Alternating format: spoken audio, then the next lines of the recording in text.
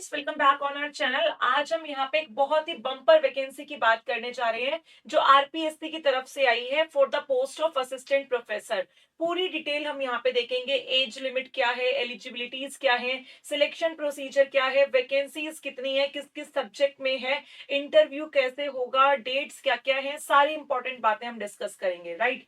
तो ये जो वैकेंसी है ये आरपीएससी की तरफ से आई है, यानी कि राजस्थान लोक सेवा आयोग अजमेर की तरफ से वैकेंसी आई है। अगर आप इस आर्टिकल को देखें तो यहाँ ओवरऑल आपके पास 575 पोस्ट जो है वो आई है, जो कि अलग अलग डिफरेंट डिफरेंट सब्जेक्ट्स में है। राइट।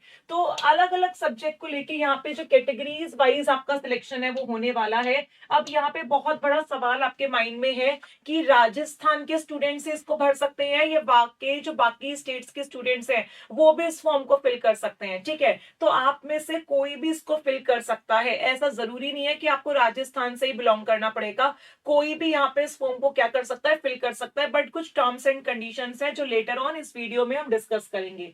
तो सबसे पहले हम देखें तो यहाँ पे 575 आपकी वैकेंसीज हैं जो कि 30 डिफरेंट डिफरेंट सब्जेक्ट्स के लिए है, जैसे कि चित्रकला, अर्थशास्त्र, अंग्रेजी, जीपीईएम, भूगोल, हिंदी, इतिहास। इस तरीके से बहुत सारे सब्जेक्ट्स को लेके यहाँ पे वैकेंसी है। जैसे कि अगर आप वनस्पति शास्त्र की बात करें तो ये वैकेंसी हमारे बॉटनी स्टूडेंट्स के लिए 42 सीट्स यहाँ पे आए हैं। रसायन शास्त्र की बात करें यानी आपकी केमिस्ट्री के लिए यहाँ पे वैकेंसी है। ठीक है, अगर हम रसायन शास्त्र की यहाँ पे आपकी बात कर रहे हैं, इसका मतलब ये जो वैकेंसी है आपकी किसके लिए, केमिस्ट्री के लिए है। सिमिलरली अगर आप यहाँ पे प्राणी शास्त्र की बात कर रहे हैं तो ये जो प्राणी शास्त्र है ये वैकेंसी आई है आपकी जूलॉजी के स्टूडेंट्स के लिए। जो गणित है इसका मतलब ये वैकेंसी आई है आपके मैथ्स के स्टूडेंट के लिए। तो यहाँ पे बहुत सारे अलग अलग सब्जेक्ट्स में आपकी जो वैकेंसीज हैं वो आई है। बॉटनी, केमिस्ट्री, मैथ्स, जूलॉजी यानी साइंस स्ट्रीम्स को लेके भी यहाँ पे काफी अच्छी वैकेंसीज जो है वो आपको देखने के लिए मिलेंगी। ठीक है, इसके बाद अगर हम बात करें यहाँ पे आपकी एज लिमिट की, एज लिमिट यहाँ पे आपको क्या क्या दिया हुआ है ये जानना बहुत जरूरी है। ठीक है,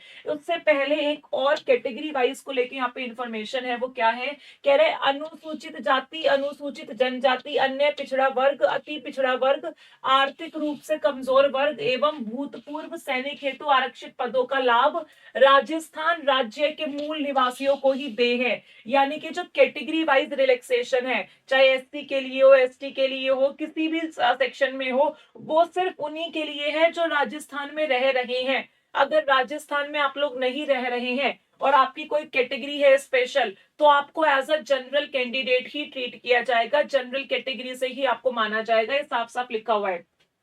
अन्य राज्य के आवेदकों को उक्त लाभ दे नहीं होने के कारण उन्हें सामान्य वर्ग के अंतर्गत ही आवेदन करना होगा। यानी जो बाकी स्टेट्स के स्टूडेंट्स हैं वो अप्लाई कर सकते हैं आरपीएससी वैकेंसीज के लिए, लेकिन अगर आपकी कोई कैटेगरी है स्पेशल तो वो कैटेगरी यहाँ पे आपको नहीं आपकी मानी जाएगी या वो बेनिफिट्स आपको नहीं मिलेंगे। जो कैटेगरी वाइज बेनिफिट्स हैं वो सिर्फ राजस्थान के जो स्टूडेंट्स हैं, जो वहां के रेजिडेंट्स हैं, सिर्फ और सिर्फ उन्हीं को मिलेंगे। तो ये बहुत इंपॉर्टेंट पॉइंट है जो आपको पता होना चाहिए। कभी पता चले कि आप किसी और स्टेट के स्टूडेंट हो और आप अपना जो एग्जाम है वो सोच रहे हो कि मेरे पास तो स्पेशल कैटेगरी है तो मुझे बस इतने नंबर चाहिए होंगे, मेरा एग्जाम हो जाएगा। नहीं, अगर आप राजस्थान से बिलोंग नहीं कर रहे हो तो आपको जनरल कैटेगरी से ही क्या करना पड़ेगा, अपना फॉर्म फिल करना पड़ेगा। ठीक है, उसके बाद अगर हम यहाँ पे बात माने आपकी किसकी भाई, एज लिमिट की, एज लिमिट यहाँ पे कितनी होनी चाहिए उसको हम यहाँ पे डिटेल में देख लेते हैं। भाई एज लिमिट को लेकर इन्होंने काफी सारे जो आपके पॉइंट्स हैं वो दिए हुए हैं। जो इंपॉर्टेंट पॉइंट्स हैं वो मैं आपको बता देती हूँ।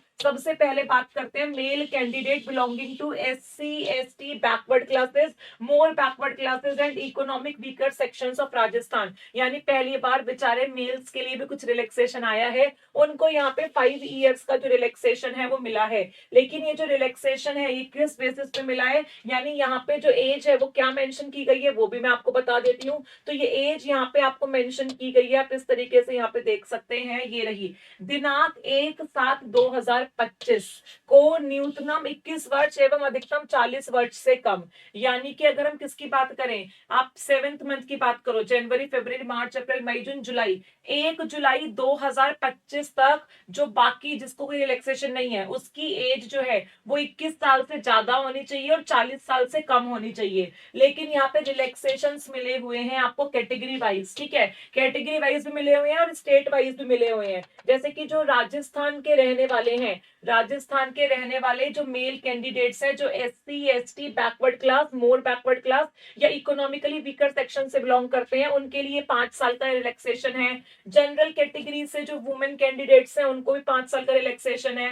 वो वुमेन कैंडिडेट जो किसी स्पेशल कैटेगरी से है और राजस्थान में रहती है, उनको 10 साल का यहाँ पे रिलैक्सेशन है। और विडो और डिवोर्सी वुमेन के लिए कोई भी अपर एज लिमिट नहीं है, यानी कि वो यहाँ पे क्या कर सकती हैं, अप्लाई कर सकती हैं। तो इस तरीके से आपको बहुत सारी एज लिमिट्स जो है वो यहाँ पे मेंशन की गई है, जो इंपॉर्टेंट थी वो मैंने आपको यहाँ पे बता दिया। ठीक है, चलिए इसके बाद अगर हम बात करें यहाँ पे बाकी चीजों की, तो यहाँ पे बाकी चीजें क्या है इंपॉर्टेंट वो हम देख लेते हैं। आवेदन अवधि की अगर हम बात करें, यानी ऑनलाइन एप्लीकेशन फॉर्म्स की अगर हम बात करें, तो आवेदन अवधि जो यहाँ पे आपकी मेंशन की गई है वो 12/1/2025 से 10/2/2025 की मेंशन की गई है। यानी 12 जनवरी 2025 अगले महीने से आप 10 फरवरी 2025 तक रात को 12 बजे क्या कर सकते हो, अपने फॉर्म्स जो है वो अप्लाई कर सकते हो। ठीक है, देन यहाँ पे बताया हुआ है कि आपका जो एप्लीकेशन होगा वो ऑनलाइन ही एक्सेप्ट किया जाएगा। आपको ऑनलाइन एप्लीकेशन फॉर्म्स यहाँ पे फिल करने हैं। वेबसाइट इन्होंने मेंशन कर दी है, आपको सिंपली अप्लाई ऑनलाइन पे क्या करना है, क्लिक करना है। जैसे ही आप इस वेबसाइट पे जाके इस पोस्ट के लिए अप्लाई ऑनलाइन पे क्लिक करोगे, वहां पे आपका क्या हो जाएगा भाई, वहां पे आपका वन टाइम रजिस्ट्रेशन हो जाएगा। वन टाइम रजिस्ट्रेशन करने के बाद आपको अपना नाम, अपने पापा का नाम, बहुत सारी आपका लिंग क्या है, ठीक है, आपका डेट ऑफ बर्थ क्या है, आधार कार्ड वगैरह, और जो आपके मार्क्स वगैरह हैं, जो आपके सर्टिफिकेट्स हैं, डॉक्यूमेंट्स हैं, मार्कशीट्स वगैरह, वो यहाँ पे आपको क्या करनी पड़ेगी, अपलोड करनी पड़ेगी। राइट, इसके बाद अगर हम और चीजों की बात करें कि पेपर यहाँ पे किस तरीके से आएगा, वो हम देख लेते हैं भाई कि पेपर यहाँ पे किस तरीके से आने वाला है। ये देखो भाई, इससे पहले एक दो चीजें इंपॉर्टेंट है जो हम यहाँ पे देख सकते हैं। जैसे कि करेक्शन विंडो के बारे में अगर हम बात करें, तो यहाँ छोटा सा पॉइंट करेक्शन विंडो को लेके भी मेंशन किया गया था। करेक्शन विंडो भी आपकी यहाँ पे ओपन होगी, वो पॉइंट भी मैं आपको समझा दूंगी, बट उससे पहले हम यहाँ पे स्कीम देख लेते हैं, जो एग्जामिनेशन स्कीम है वो कैसे रहने वाली है। एग्जामिनेशन आपका यहाँ पे 2 पार्ट में होगा। पहले आपका रिटन एग्जाम होगा, रिटन एग्जाम के बाद आपका यहाँ पे इंटरव्यू होगा। ठीक है, रिटन एग्जाम जो है उसमें आपके ओवरऑल 3 पेपर होने वाले हैं, paper number first, paper number second, paper number third. जो पेपर नंबर फर्स्ट है ये आपका 75 मार्क्स का होगा और इसके लिए आपको 3 घंटे मिलेंगे। इसमें आपके सब्जेक्ट कंसर्न जो कि आपकी पोस्ट है उसके क्वेश्चंस आएंगे। पेपर नंबर सेकंड में भी सब्जेक्ट कंसर्न विद पोस्ट, इस टाइप के क्वेश्चंस आएंगे आपकी पोस्ट से रिलेटेड, 75 मार्क्स का होगा और ये भी 3 घंटे का होगा। देन आपका general studies of Rajasthan, GS के बारे में राजस्थान से रिलेटेड क्वेश्चंस आएंगे, 50 नंबर का होगा और 2 घंटे का समय मिलेगा। तो ओवरऑल 200 नंबर का पेपर यहाँ पे आपका होगा। राइट, उसके बाद क्या कह रहा है, कह रहा है इंटरव्यू जो है उसके 24 नंबर होंगे। इसकी अगर हम बात करें, the syllabus shall be specified by the commission from time to time and will be intimated to the candidate within the stipulated time in the manner as the commission deems fit. तो syllabus जो है आपका as such जो चल रहा है वैसे वही आता है जो RPSC का चल रहा होता है, थोड़ा बहुत जो चेंजेस होगा वो आपको पता चल जाएगा। देन यहाँ पे बाकी इंफॉर्मेशन की अगर हम बात करें, जितनी रिमेनिंग इंफॉर्मेशन है ये जानना आपके लिए बहुत इंपॉर्टेंट है। आप जो कॉम्पिटिटिव एग्जाम्स देते हो उसमें जो क्वेश्चन आपको नहीं करना आता आप उसको छोड़ आते हो, लेकिन यहाँ पे आपको ऐसा नहीं करना। अगर आपने ऐसा किया तो आप डिस्क्वालीफाई भी हो सकते हो। देखो इन्होंने कुछ कंडीशंस बताई हुई हैं, इन्होंने बोला है हर क्वेश्चन जो है वो आपके 5 ऑप्शंस उसके आपको मिलेंगे, 1 2 3 4 5। आपको सिर्फ एक सर्कल को डार्क करना है और उसके लिए आपके पास ब्लू बॉल पेन होना चाहिए। ठीक है, आपको एक ना एक सर्कल डार्क करना ही करना है। अगर आपको किसी क्वेश्चन का आंसर नहीं आता तो आपको बाय डिफॉल्ट यहाँ पे सर्कल 5 को क्लिक करना है, यानी ABCD आंसर्स हैं, आपको लग रहा है मुझे आंसर नहीं आता तो आपको यहाँ पे सर्कल नंबर 5 को डार्क करना पड़ेगा, उसको खाली छोड़ के नहीं आना है। क्या कह रहा है, none of the 5 circle is dark and 1/3 part of the mark of question shall be deducted. अगर आपने खाली छोड़ दिया क्वेश्चन, पांचों में से एक भी सर्कल को डार्क नहीं किया, तो उसको आपको क्या करना पड़ेगा, उससे आपको अपने नंबर डिडक्ट करवाने पड़ेंगे, -1/3 आपका यहाँ पे हो जाएगा। अगर 1 नंबर का क्वेश्चन है तो 1/3 नंबर बिना डार्क करे जो आपने काम किया है इसके लिए आपके कट जाएंगे। ठीक है, और क्या कह रहा है, a candidate who has not darkened any of the 5 circle in more than 10% of the question shall be disqualified. अगर 50 क्वेश्चन आए हैं, 50 में से 10 से ज्यादा क्वेश्चन में आपने सर्कल नहीं किया, आपने एक भी क्वेश्चन का सर्कल नहीं किया, एक भी सर्कल को आपने टिक नहीं किया, तो आपको डिस्क्वालीफाई कर दिया जाएगा। यानी टोटल क्वेश्चन से अगर 10% से ज्यादा आपने अनअटेम्प्ट छोड़ दिए, एक भी सर्कल डार्क नहीं किया, तो आप बाय डिफॉल्ट डिस्क्वालीफाई हो जाओगे। और इस चीज के लिए उन्होंने आपको एक्स्ट्रा 10 मिनट भी दिए हैं। क्वेश्चन पेपर सॉल्व करने के बाद आपको एक्स्ट्रा 10 मिनट मिलेंगे ये देखने के लिए कि क्या मेरा कोई सर्कल मिस तो नहीं हो गया है। तो यहाँ पे बहुत इंपॉर्टेंट है किसी ना किसी सर्कल को डार्कन करके आना, ठीक है।